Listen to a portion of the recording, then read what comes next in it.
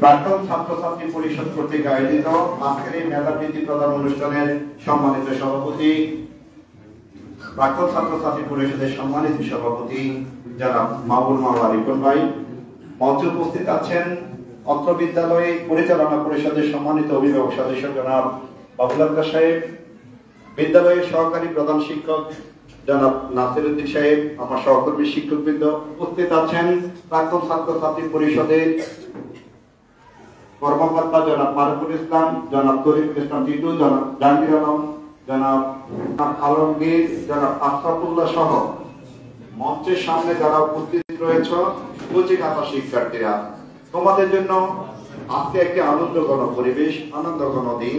তোমাদের জন্য ওনারা যেভাবে পরিশ্রম করে যাচ্ছেন, তোমাদেরকে একটু খুশি রাখার জন্য, তোমাদের উদ্দীপনা দেওয়ার জন্য, তোমাদেরকে সন্তুষ্ট রাখার জন্য সুদূর প্রবাসী বিশিষ্ট বীর মুক্তিযোদ্ধা ৭১-এর রণাঙ্গনের সৈনিক, যিনি লুলু জাফর নামে পরিচিত জনাব ডক্টর আবু জাফর মাহমুদ সাহেব একদিন আমাদের বিদ্যালয়ে এসেছিলেন, সম্ভবত ২০২০ সালের মার্চ মাসে। উনি স্কুলের প্রাক্তন ছাত্র, ওনার নানার বাড়িতে থেকে উনি পড়তেন। ওনাদের যে মেধা, ওনাদের যে প্রজ্ঞা, ওনাদের যে ভালোবাসা তোমাদেরকে নিয়ে ওনারা স্বপ্ন দেখেন যে এই একাডেমি শিক্ষার্থীরা ডাক্তার হবে, ইঞ্জিনিয়ার হবে, এই দেশটাকে নেতৃত্ব দেবে, এই দেশটাকে আলোকিত করবে। তারই ধারাবাহিকতায় আজকের এই বৃত্তি প্রদান অনুষ্ঠান, প্রশ্নটা ওনারা করেন, মূল্যায়ন ওনারা করেন, আমরা শুধু সহযোগিতা করি।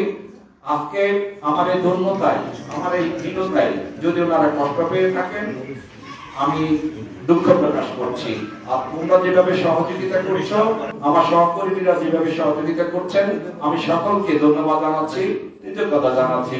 সাথে সাথে আজকে প্রাক্তন ছাত্র পরিষদে যারা এসে, কর্মকর্তা যারা এসে আমাদেরকে আলোকিত করলেন, আমাদেরকে ধন্য করলেন, আমি বিদ্যালয়ের পক্ষ থেকে তাদের প্রতি কৃতজ্ঞতা এবং ধন্যবাদ জানাচ্ছি। আল্লাহ